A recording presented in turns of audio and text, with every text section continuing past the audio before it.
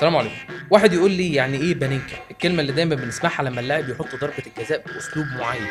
وقبل ما نخش في صميم الحلقه اشترك في القناه ودوس لايك، وانا واثق ان الفيديو هيعجبك، ولو ما عجبكش ابعت اجيب لك علبه مستكه هارت بالفراوله. طنطي وخالته وطنطي لبان هارتي. حريفة ليه. في البدايه خلينا نشرح كده حته تاريخ وجغرافيا على الماشي عشان كل حاجه تبقى واضحه معانا قدام. يلا دروس جغرافيا وتاريخ كمان اهو.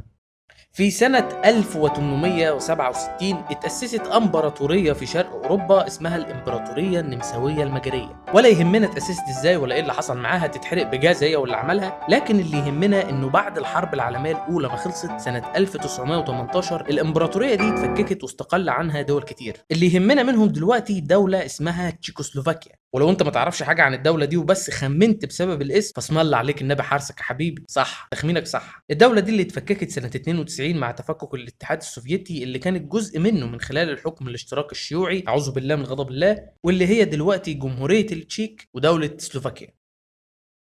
في نفس الحقبة التاريخية تقريبا كان في دولة وقوة عظمى تانية مع الاتحاد السوفيتي الشيوعي الكفرة أولاد الكلب دول، لكن برضو كان آخر وجود ليها لحد سنة 2006 لما اتفككت رسميا إلى الدول الآتية: صربيا، كرواتيا، الجبل الأسود، البوسنة والهرسك، كوسوفو، ومقدونيا الشمالية، والدولة دي كان اسمها يوغوسلافيا. حلو كده؟ الواد حلو سابق. وعلى الجانب الآخر ألمانيا اللي احنا عارفينها دلوقتي كانت مقسمة لدولتين، وهي ألمانيا الغربية وألمانيا الشرقية، قبل ما تتوحد سنة 1990.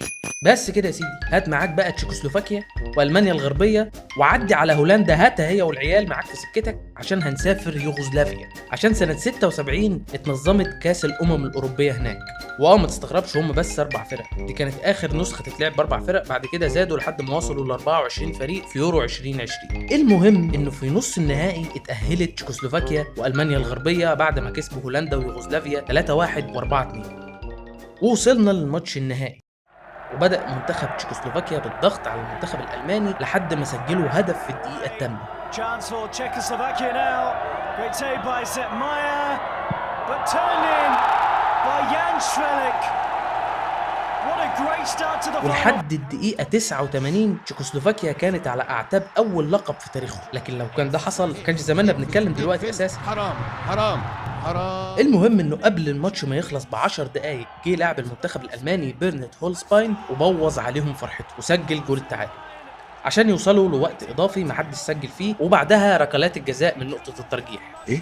وركز لي بقى الله يبارك لك هنا، لان هنا الزتونة، كل لاعب في الفريقين قدر ينفذ ضربته بنجاح لحد ما وصلنا للاعب الالماني ورئيس بايرن ميونخ السابق اولي هونس، هو الوحيد اللي ضيع ضربته وكان بيصطاد عصافير باين. طبعا جات له طاسه الخضه. ضربة جزاء واحدة تتسجل، تشيكوسلوفاكيا تخش التاريخ وتكسب بطولة غالية من خصم قوي. بس اللي داخل يسدد آخر ضربة ترجيحية قدام حيطة ألمانيا سيب ماير، لاعب خط وسط تشيكوسلوفاكيا، ما جابش ولا جول في البطولة، وبالمقارنة مع نجوم المنتخب الألماني فهو لاعب مغمور ومش هو أساسا نجم الفريق، والله يكون في عونه وهو داخل يشوط ضربة الجزاء دي. طبعا الكل كان متوقع إنه هيخش يشلط في زاوية وخلصنا على كده ونروح بقى، والله عملوها التشيكوسلافيين ورفعوا راس تشيكوسلوفاكيا بلدنا، ده الأسلوب اللي الناس متعودة عليه في الوقت ده. لكن ابن الإيه ده لعبها بطريقة غريبة. شوف الواد لعبها ازاي، شوف النبي.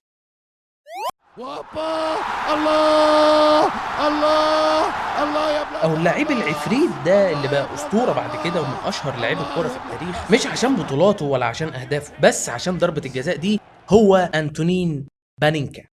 ايوه الله ينور عليك، هو ده. خد بالك ان حلاوه ضربه الجزاء مش بس في الطريقه، لكن عشان الموقف نفسه. يعني ضربه جزاء واحده تدخلك انت وبلدك التاريخ قدام واحد من اعظم حراس المرمى في التاريخ، وبكل برود اعصاب تحطها كده. انت متخيل الكره دي لو كانت ضاعت بانينكا ده كان هيتعمل فيه ايه؟ ده ما كانش هيبقى بانينكا، كان هيبقى بانت ناس. لا يا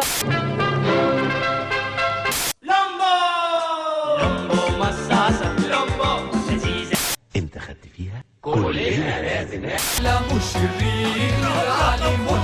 ومن وقتها وبعيد عنك اتفتحت في وشنا ماسوره بانينكات ما بتقفش، وعشان كده بقت علامه ان اي حد يحط ضربه الجزاء بالاسلوب ده انه يغرف الكوره كده لا مؤاخذه بسن الجزمه او يحطها لوب تتسمى بانينكا. زي كده لما حد يرقص لعيبه الفريق كله ويجيب جون يتقال عليه هدف مارادوني. وبيني وبينك هي طريقه شكلها حلو، لو دخلت بتبين ثقه اللاعب ومهارته، لكن لو ضاعت اللاعب ده بيبقى شكله زباله وبيبان انه نفس اللاعب اللي احنا كنا من شويه بنقول عليه انه حريف وعنده ثقه ومهاره، الناس بتقول عليه انه مستهتر واستعراض. فهي طريقه خطيره مش اي حد يقدر ينفذها، يعني هي حد ذو سكنتين. من احسن واشهر اللاعبين اللي كانوا بيلعبوا ضربات الجزاء على طريقه بانينكا هم طبعا المايسترو اندريا بيرلو وميسي ونيمار وزيزو وملك روما توتي حياته كلها كانت بانينكا مش بس ضربات الجزاء. واللاعب اللي قال عنه بانينكا بذات نفسه انه احسن واحد بينفذ ضربات الجزاء بالطريقه دي هو سيرجيو راموس. هو قال الكلام ده سنه 2018. هل بقى كان يقصد ان راموس هو احسن واحد بيلعب ضربات الجزاء على طريقه بانينكا ولا احسن واحد بينفذها في الموسم ده؟ العلم عند الله.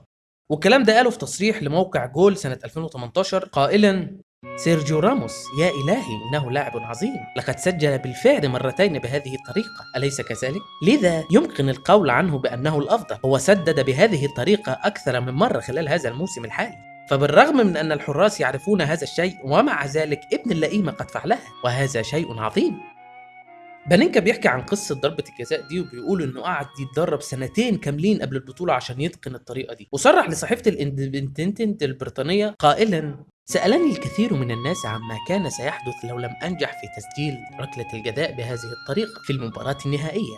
أخبرهم أنني كنت سأصبح الآن عاملا في مصنع يتمتع بخبرة 40 عاما، في إشارة إلى أن فشله في تسجيل ركلة الجزاء كان كفيلا بإبعاده عن ملاعب كرة القدم ليتجه بعدها إلى وظيفة روتينية مملة.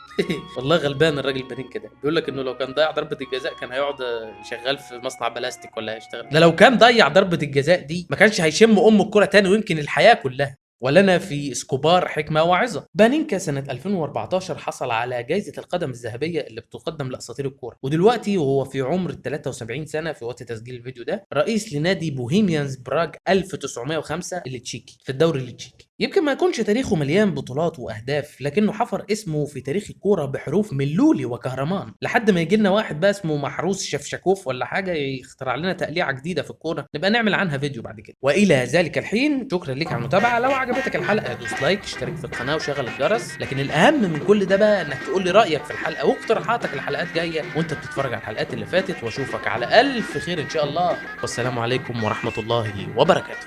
وبالمناسبة أيضا أشكر سواق التاكس اللي جابني لغاية هنا. وبالمناسبة أيضا بشكر جماعة بتوع بياعين الكازوزة واللب والأناناس والتسالي اللي قاموا بمجهود كبير جدا عشان تسلية الجمهور.